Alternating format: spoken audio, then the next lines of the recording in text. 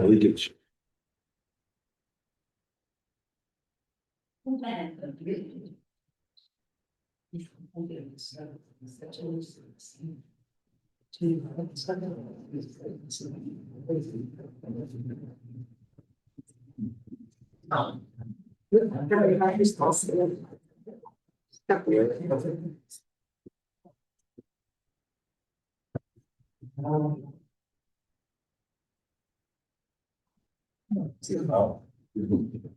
We're good.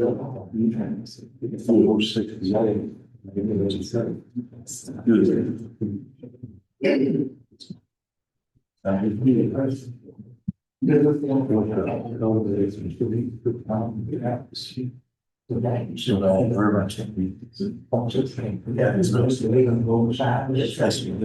I'll see.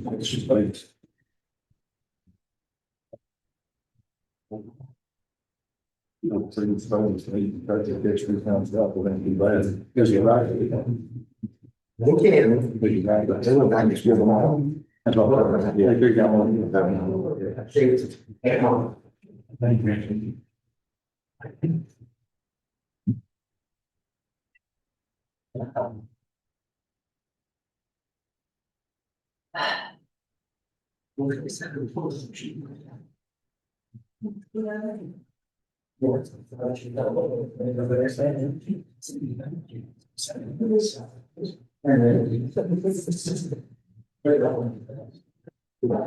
think field out everything taken up here. They can get on the system $12. Yeah, they get out.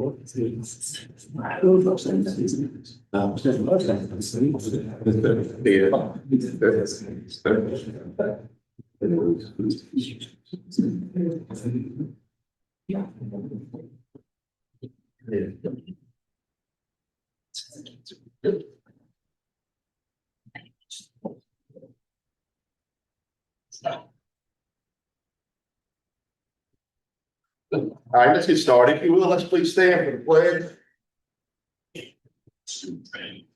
I pledge allegiance to the flag of the United States of America, and to the republic for which it stands, one nation, under God, indivisible, with liberty and justice for all. If you will, please remain standing. Tim, what is it? Father, we love you. We thank you for your opportunity that we have to come in your presence right now, Lord, and asking that Lord, that you will just be with those that are here tonight. Lord, I pray a special prayer over those that are leading this meeting, that you will just give them wisdom, knowledge, Lord, and just the leaders of this county.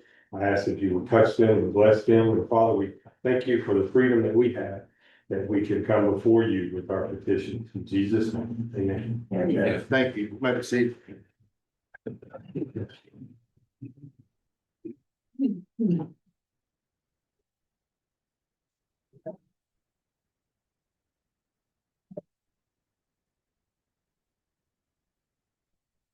I'd like to start off real quick with, first of all, thank you all, everybody that's here tonight. Thanks for coming. This is great.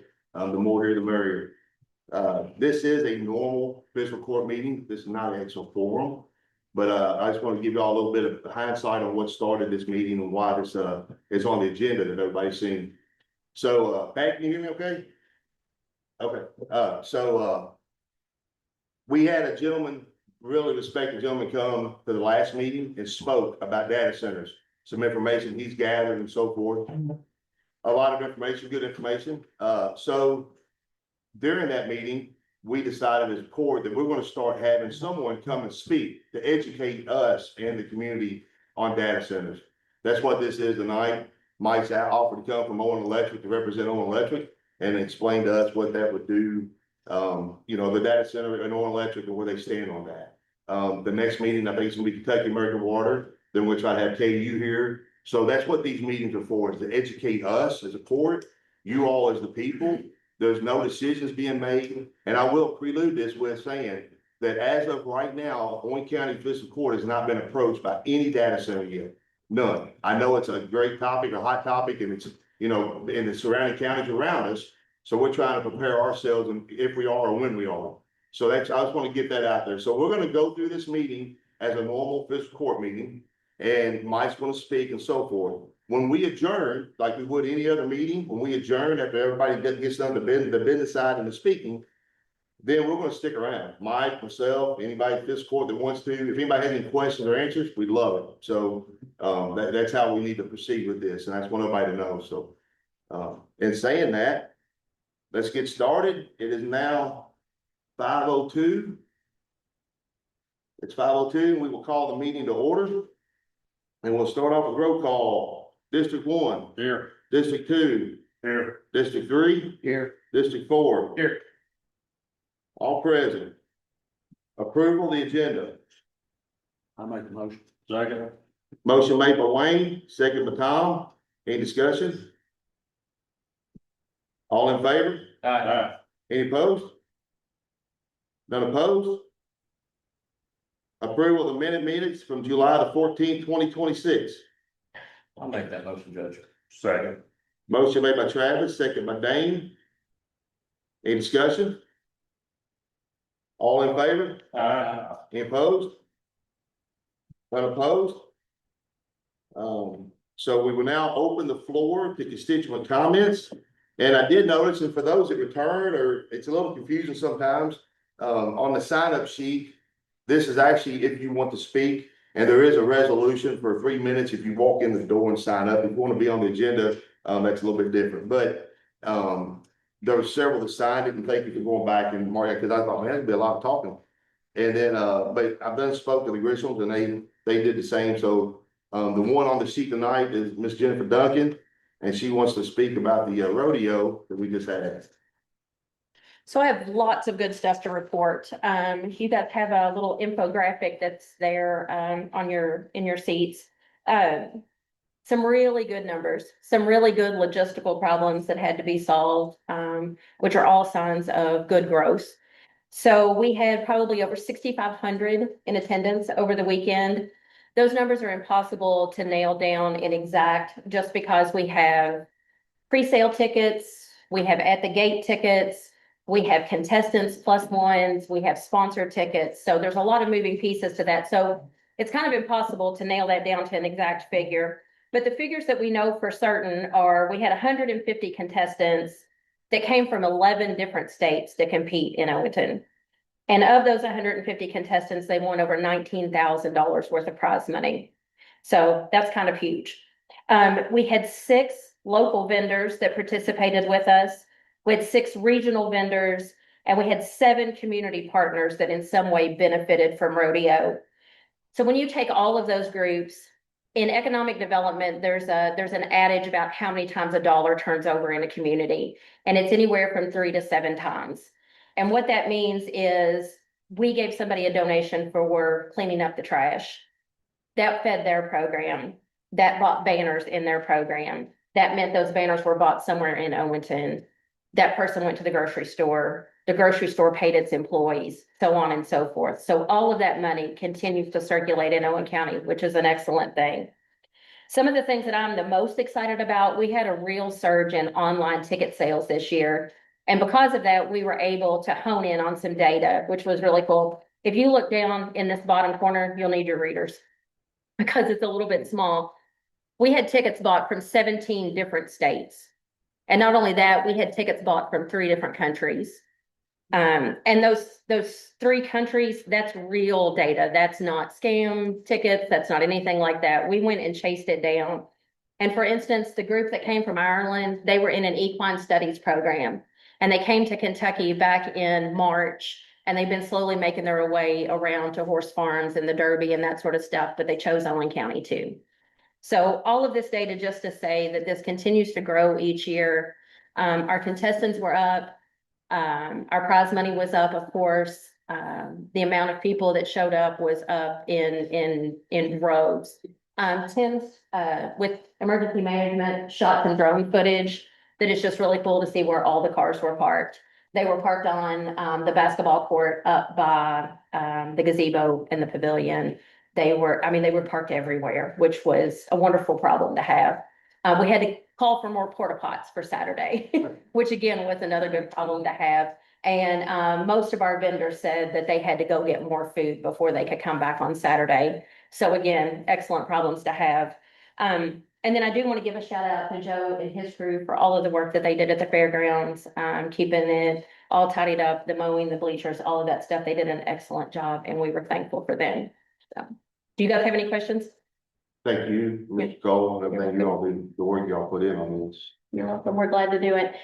It should also, the other figure I think that Greg and Isabella are the most proud of is this $114,000 here. Since its inception, we've given away $114,000 worth of scholarships. But in addition to that, there's a $25,000 endowment at the University of Tennessee at Martin, also in Whitesville. And you missed a couple of throwbacks. What are those? The bachelorette party. Oh, yeah, we had a bachelorette party that chose to spend the weekend with us. Yeah. And we did have folks that stayed overnight on property. So I will be back for the grounds committee. Thank I you. would say, I know next year, if there's anything work-wise that we can help, whether it's marketed, any ideas that you have. We need a little We can infrastructure. support that, Yeah, yeah. we need a little infrastructure at the fairgrounds and they're all very obtainable things. We did not get the grant for the electric project, but there are some ways I think that we can achieve that also. But we need a little more dirt. We need a little more grass for the contestants so that that continues to grow. I know we want to support you on that, and so a big thank you. I know you Thank worked you. extremely hard. Thanks. Thank you. Next item on the agenda was Dan Brino was going to speak on the federal grant update, but he actually had something come up in the family and had to leave. Table that, Judge. Just discussion item. It was a discussion item, yeah. We'll just have it on the next one. Moving on to Mr. Stafford with Owen Electric, Judges it on the priority, please. please.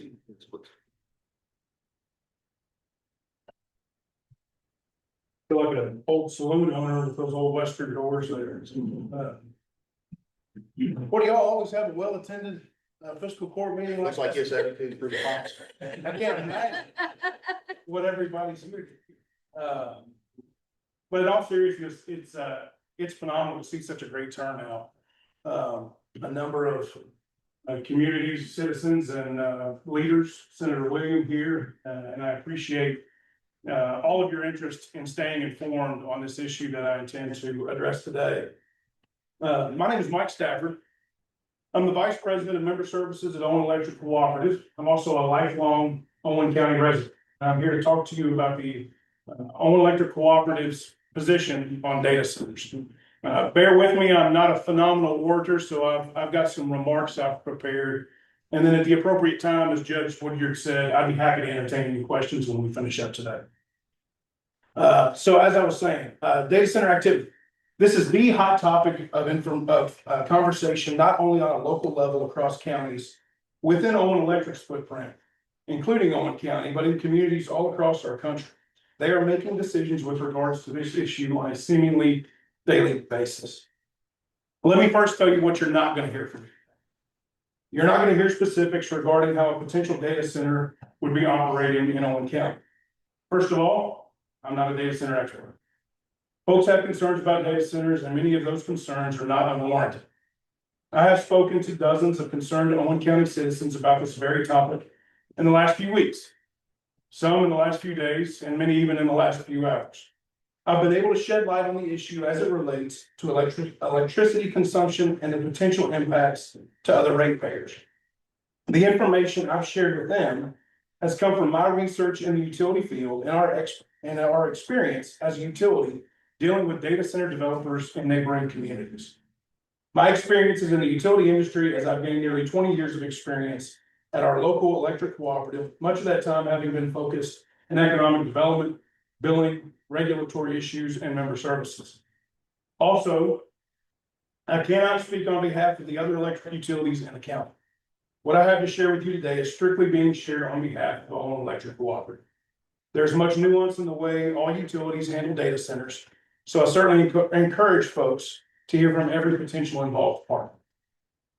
With that out of the way, I'd like to introduce the organization that I'm so proud to represent.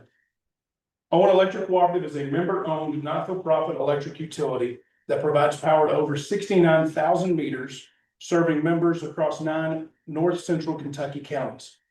We were born in this very community out of a need to electrify the rural countryside in the late 1930s, and we are literally owned by the people we serve.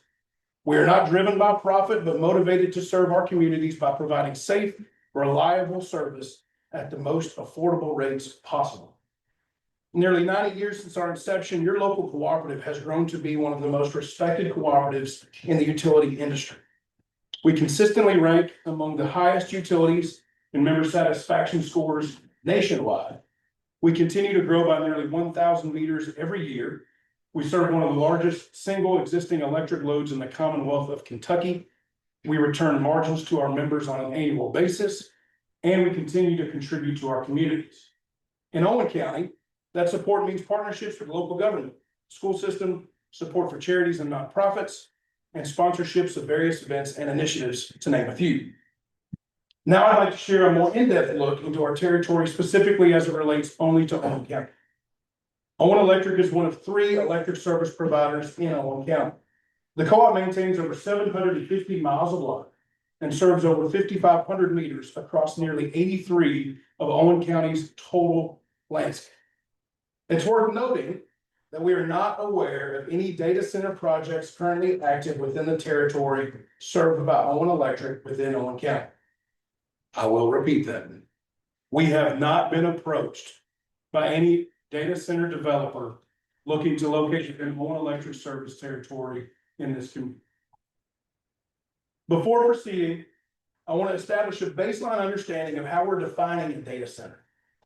Data center facilities typically contain thousands of computer servers with powerful processors operating 24 hours a day, 7 days a week. They are accompanied by other network equipment, all of which require large amounts of electricity to operate. The devices within these facilities generate heat as they operate, often requiring high capacity cooling and ventilation to dissipate heat and prevent damage to their equipment. This is why data centers are such energy intensive facilities. The second issue we need to contend with is, what do data centers even do? It seems that the emergence of artificial intelligence, we're all commonly referring to that generically as AI, is often associated with the expansion of data centers across the country. While the utilization of AI is contributing to the need for data centers, it's not the only reason. We all live in a data-driven society. There is an exponential rise in the adoption of technologies that rely on data centers. I will ask you, how many of you in this room use navigation apps on your phone to help you with directions when you leave town? How many of you use smart camera doorbells for security at home? How many of you utilize online banking platforms? When we visit the doctor, many of you may not realize that you're relying on data centers to manage workloads, process medical imaging files, and run telehealth options. All of these services are incredibly dependent on data centers situated across the American landscape. Data centers are simply becoming a part of the American infrastructure in the same way that roads and later utility poles and water lines became a long time ago. In order to determine how Owen Electric interacts with data center developers, it is first important to recognize how we operate as a cooperative. Cooperatives are guided by a set of 7 principles. The first of which is open and voluntary membership. In a regulated environment like the Commonwealth of Kentucky, Owen Electric is obligated to serve any person or entity that qualifies for service. We cannot and do not discriminate against any organization or any person. Assuming you do not owe the co-op an outstanding bill and you accept the terms of service, the co-op is obligated to extend electricity to your home or your business. With that being said, however, we have implemented a tariff at the co-op that sets special conditions for service delivery specifically related to data centers. Most data centers request a substantially larger amount of electric capacity compared to even larger industrial operations or manufacturers. They can even often be larger than the entire existing load of the utility rendering them service. That means there have to be some conditions that must be met prior to establishing service with the utility. East Kentucky Power Cooperative, from here on out, I'm going to refer to them as EKPC because that is a mouthful and I've got dry mouth to begin with. So I'm going to try to limit my words here. EKPC is the generation and transmission provider for Owen Electric. We, along with 15 other distribution co-ops in Kentucky, own EKPC in the same way that our members own Owen Electric. In partnership with Owen Electric, they developed a data center tariff that outlines the parameters that must be met prior to a data center being furnished in service by the cooperative. This tariff is thorough. And right here, as a matter of fact, it's 16 pages thick. And this is available for public viewing on the Kentucky Public Service Commission's website. Risks were identified and will be mitigated through an extremely thorough process outlined in this tariff. And it includes, but it is not limited to, the following. A formal application submission, which includes a minimum upfront payment from the developer of $75,000. An additional $1,000 is required for each megawatt exceeding 15 megawatts. Completion of a thorough load study and subsequent review from Owen's regional transmission organization. Certain requests from developers can trigger additional mandatory studies, which incur additional fees, but that's all covered by the data centers. Developers requesting more than 250 megawatts of power shall secure their own source of generation. Ultimately, the developer must pay for all costs associated with any new generation, as well as infrastructure improvements that may be required to serve their load. Collateral also must be identified and formally agreed upon to secure the utility. Facilities must provide prepayment cash deposits for multiple months of billing to protect the existing membership from covering costs in the event that a facility were to prematurely close its doors. Execution of a 3-part agreement with approval from the Kentucky Public Service Commission is also required. All these parameters were intended to insulate our members from incurring the high costs associated with providing electricity to these massive facilities.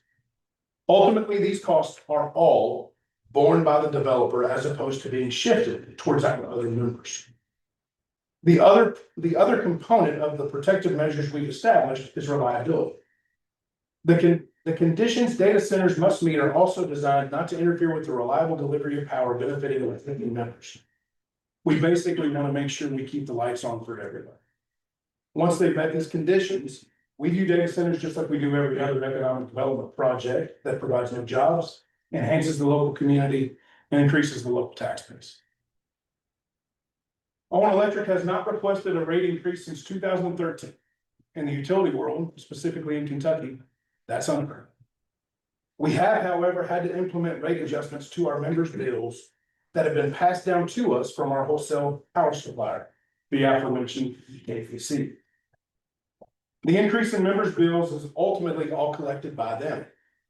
One of these rate adjustments recently took effect just months ago. These adjustments are required in order to offset significant cost increases due to inflation, environmental regulations, and increased interest expense from higher interest rates. I cannot promise our membership that rates won't once again increase at some point in the future. What I can promise, however, is that it won't be due to a data center which may or may not eventually be served by Owen Electric in Owen County. or for that matter, in any of the other 8 counties that we serve. I'd like to caution the fiscal court about absorbing all that is shared in the public arena about data centers. Just like any other topic of conversation, there is as much misinformation as there is accurate data on these facilities.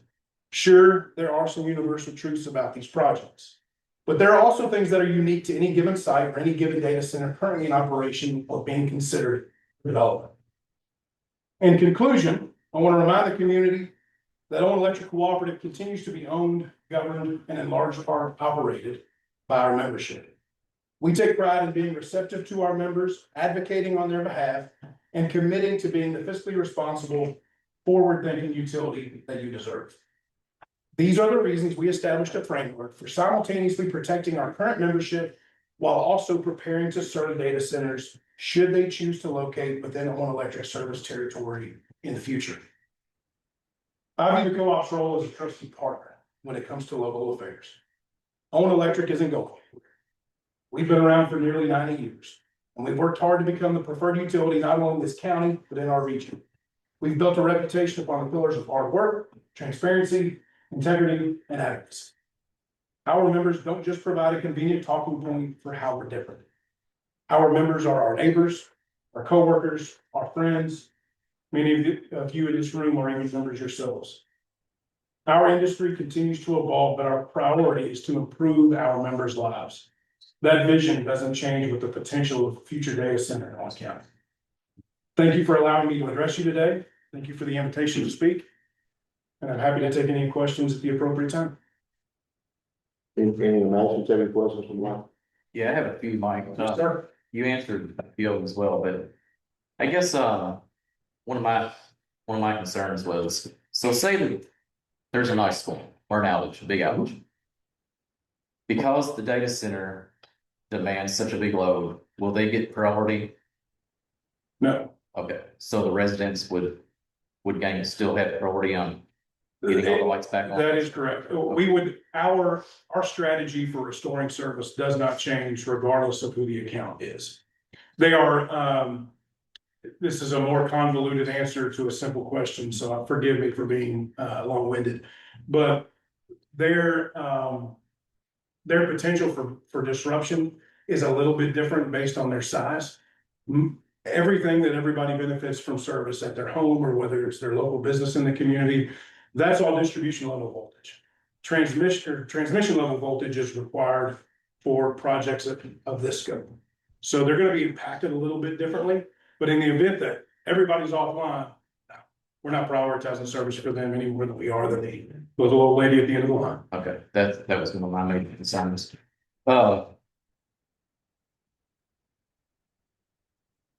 Do you feel like the massive load, obviously, that the data center demands again, could you see that causing any brownouts, blackouts? No, we have the framework that we established, just to give you a little bit of more context on that. Data centers are not new. Data centers have been around for decades. Go and talk to any friends you might have in Northern Virginia. Northern Virginia has been the hub of data center activity for a long, long time. Now, they've been doing it for military applications, applications for the government, but there are co-ops out there that serve handfuls of data centers. So when we first started seeing this activity creep into Kentucky, we were very proactive in approaching them and saying, where do we start? And what did you do to protect your membership and protect the organization? And so our framework pulled the best of what they had and the best of what we were able to find with other utilities. It's calling admiring and acquiring in our industry. And we established this new framework that protects our members, both on the financial side and on the reliability side. I will also state that the framework that I referred to, this tariff, in conjunction with some of our political leaders, we tried to make this state law. So that regardless of whether you were a member of Owen Electric Cooperative or a customer of LG&E KU, you had the same reassurances. This got killed. So this is law for Owen Electric. This is a statutory requirement for Owen Electric Cooperative. We were proactive. We wanted to make sure that you were safeguarded against the potential risks of a data center. Not all of our neighboring utilities did the same. So that framework, this tariff, which was considered for codification to some degree with state law, is now considered the primary template, something we developed here in Kentucky. Is now considered the primary template for how people should be protecting their ratepayers against the potential risks of data centers nationwide. Yes, and just my last question.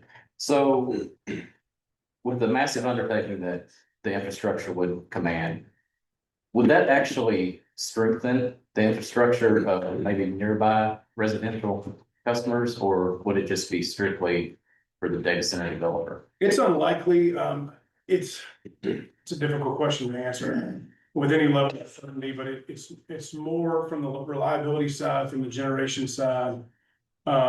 It's not likely to have an impact because most anything that would be big enough would likely require their own generation, a dedicated generation resource that they secure in the market on site through another power, public power agreement, something like that. So it's really unlikely to have an impact on that. I will say, from a financial standpoint, if structured appropriately, it could have a net positive benefit. And I'm just talking about the utility, I'm not talking about the community. Right. It could have a net positive benefit for the cooperative. I really appreciate your time. Thanks for speaking. Absolutely. What would their, you may or may not know, what would their self-generation, what would that facility look like for them if they went into their Excellent question. self-generation? And we're still early on in the process. I'll be fully transparent with you. There are, we will have, Owen Electric is in the talks for a data center. We will certainly. Now, these things take years to, it is a very drawn out, thorough, long process. So from the day they start a conversation in the community, it may be 6-7 years before that facility is up. Through the course of I'm calling it a negotiation. It's not really a negotiation because all we bring to the table has been codified with the Kentucky Public Service Commission. But during the course of understanding their needs and designing facilities in order to accommodate their infrastructure, we would have to uncover what it is that they want.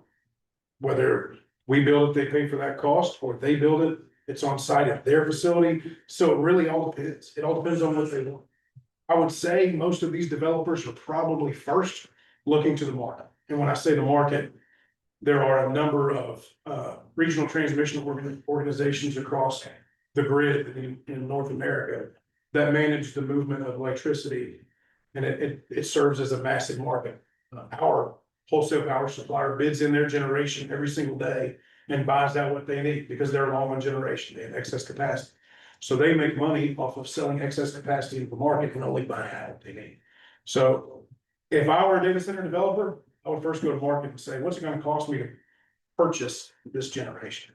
And then I'd say your last ditch effort would be to have to install it on site where your data center lies.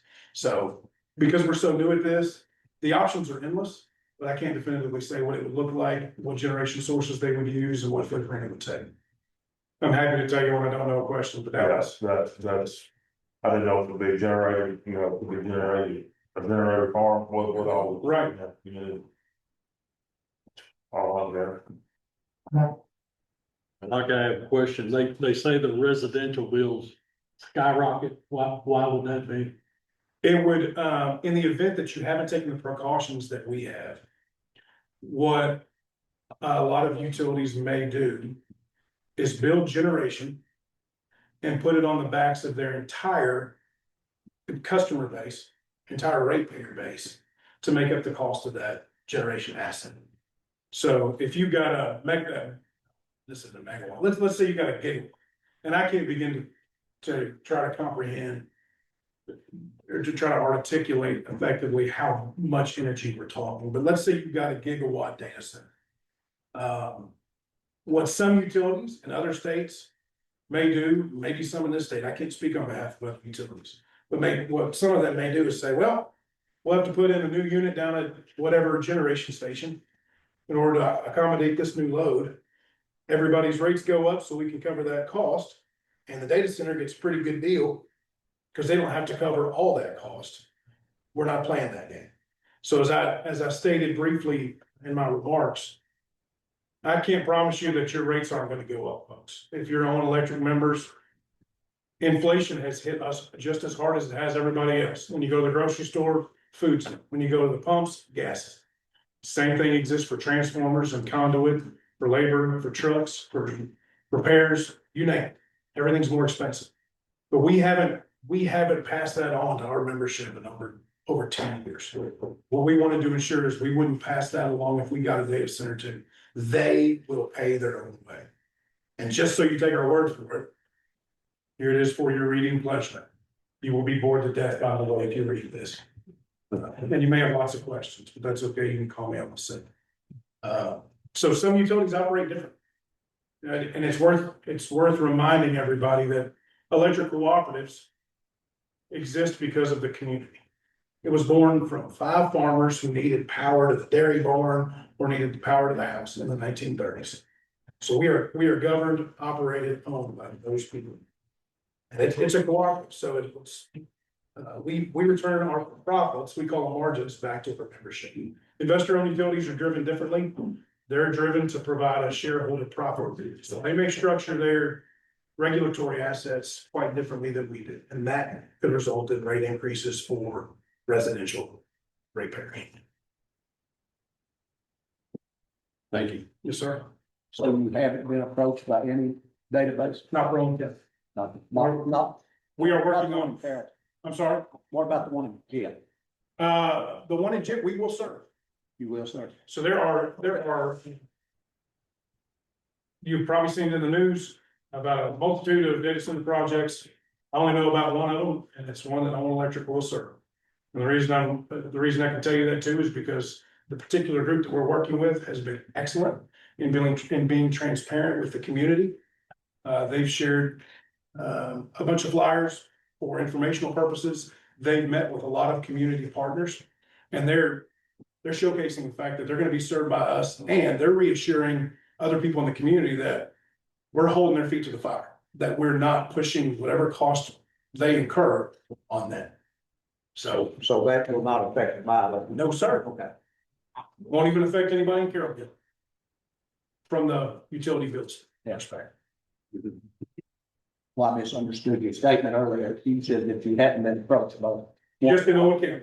Well, I thought you said in your district, in our region. Yeah, and I apologize. I just misunderstood you. I'm sorry. Yeah, I don't have a clue about anything going on in Owen County. Usually the utility is the first one. Or one of the first, yeah. So that's not the case in all our communities, but in Owen County, as far as we're concerned, I haven't heard of that. Got enough. Scouts. Was you a scout? I was. Okay. Mike, thank you so much. Absolutely. And again, you all, when we finish out this, we're gonna, Mike's gonna stick around, so if anybody has any questions, we're gonna continue some questions with Mike, and we'll let that happen. Moving on to Mr. Tim Kamick is gonna give us a update on the recovery from the storm. Tim is our emergency management director, and he's had his plate for the past year, actually, altogether with everything he's been through, but. Yeah, Mother Nature could take a break for all. Thank you for letting me speak. I just want to give the board an update on the tornado event we had last week. So as you know, on the 21st, we had tornadoes come through, or a tornado come through. Started right at the Gallatin, Carroll County line, just past the airport. And it was first observed right at the airport, and then went over the hillside. Traveled along 467, did a lot of damage to trees and such in that area. And then it made its way into Owen County. We were listening to this on the radio. We were already getting alerts from the National Weather Service. And we had information from the radio that was coming into Owen County, from the Gallatin County EM director. And they notified us specifically about that it was spotted and it was coming into the county.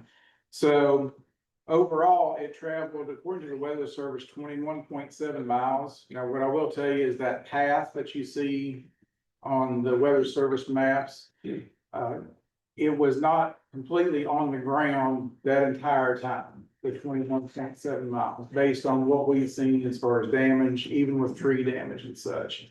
What we do have is we had a total so far of 22 homes that were affected. We categorized them based on initial damage assessments. We had 2 that we considered destroyed, 5 had major damage, 12 had minor damage, 3 were affected. So affected could be just a few pieces of trim that were loose, that kind of thing. Businesses, we had 2 buildings that were at Craig Miles truck sales that were damaged, so they were considered businesses and they weren't in that 22. So we had 24 surveys there. In addition to that, we had at least 8 barns or buildings that are not classified as residential or commercial businesses that were either damaged or destroyed. Most of them were actually destroyed. As you can imagine, with a tornado coming through in an old wood tobacco barn, they don't hold up too well. So I just wanted to give you an update as far as what we've seen so far. I do want to emphasize that with the warning systems that we had in place, I can tell you that all of the hot alerts were going out for those that have signed up for hot alerts. My weather service radio, the NOAA weather radio was going off right when all this was happening, just like you would expect it to. There's been some discussion about sirens within the county. So just so everybody's on the same page, we have, I'll give you the exact counts. There are 2 warning sirens that are in Perry Park. They're owned by Perry Park. County does not own those, nor maintain them for them. There are 2 warning sirens in the city of Owenton. One is out here at Old City Hall on Main Street. The other one is out by the Public Works EMS building in Charlie Carter's backyard, that vicinity. Those again are owned, maintained by the city of Owenton. There is 1 siren out at the school district in between the old bus garage and the entrance to the middle school, high school. That was purchased with a grant back in 2017, 2018 timeframe. It's a solar powered siren. That is the only one the county owns and maintains. Now, the way these sirens work is they all have radios within the cabinets. And Campbellsburg is their 911 dispatch center. When they receive a tornado warning, they're the ones that actually push the buttons to make all the sirens go off. That radio inside of that cabinet hears that, it triggers the mechanism to trigger the actual siren to start working. So that was all done within a matter of probably a minute or 2 of the warnings coming out. Obviously, they're not gonna trigger that until they get actual confirmation from the National Weather Service to go ahead and trigger it, and they implement that tornado warning. So this system did come in quickly. It's not like one of those where you have, let's say you have tornado watches and warnings out counties and even states ahead of you. It was a very small band or thin band that came through, and it intensified once it actually got over the Ohio River, which a lot of times it's the exact opposite. It will actually decrease in intensity. So the sirens work like they're supposed to, because those are the only ones we have. There used to be a siren at the Jonesville Fire Department that was originally installed to just notify the volunteer firemen that there's a call and for them to come in and respond to that. This is before 911, before radios and everything. So that system was tied into the tornado warning system so that it would sound when there is a tornado warning. Approximately 2 years ago, somewhere in that time frame, it was discovered that siren was not working anymore. The chief at the time had the siren taken down and taken to a company to try and repair it. Once they got into it and looking at it, it was deemed that it was unrepairable, that there weren't parts for whatever the case may be. So it was unrepairable. So we knew that going into this. That siren particularly was actually it was sounded by Grant County as well as Owen County. So either Campbellsburg or Dry Ridge KSB post could sound that siren. So if you had a tornado warning in Grant County, guess what? That siren's going off. Same thing for Owen County. So the plan was to try to repair that siren. And Grant County was gonna pay for half of the repair or replacement. We got to looking at prices of it. The average price of a siren to put in a new one is anywhere from $25,000 to $35,000 a piece. Okay. That's just to replace it, put it in, get you going. That doesn't count your maintenance. The batteries go bad. There's all kinds of issues. The siren that was put in at the school back in 2017, 2018. We had to do a major upgrade to it about a year and a half ago. We had to replace all the drivers, they had to replace all the wiring because they got struck by lightning. They've had to replace the batteries in them. Currently, the one at City Hall has a little bit of an issue, but the city is actually looking at possibly moving that one to a different location in the city. And again, that'll be their decision. So I just want to give you kind of an idea of how this all played out. The sirens did sound here in Owenton, as many have attested to. But if you had any other questions or comments or concerns, I just wanted to come forward back and tell you what took place. Good deal. Thank you. Yeah. Yeah. I'm just gonna say the Jonesville siren has been ordered and waiting on installation. And, The Jonesville Fire Department and the Grant County Fiscal Court. yeah, and they have not approached us about putting in a radio in that siren. Tim, I want to say thank you for everything you did in during the storm and everybody else, Joe and the crew, and cleaned up. That was impressive. Thank you all. All right. Moving on, acceptance of reports, we have the financial report, county clerk's report, Jonesville Fire, New Liberty, Monterey, and Owen County Fire report. Make that motion to accept it. Second. Motion made by Travis, second by Dane, any discussion? All in favor? Any opposed? Opposed?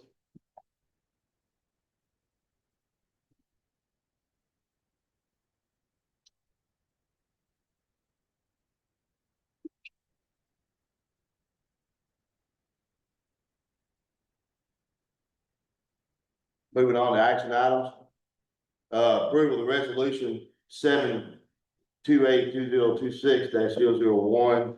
This is a resolution of Warren County authorizing Judge Executive to make application for and upon approval to enter into agreement with Kentucky Homeland Security to execute any documents which are deemed necessary for KOHS, facilitate, administer the projects, and authorize correspondence of the project. This resolution also establishes procurement policies for KOHS approved project for fiscal year 2026 cycle application.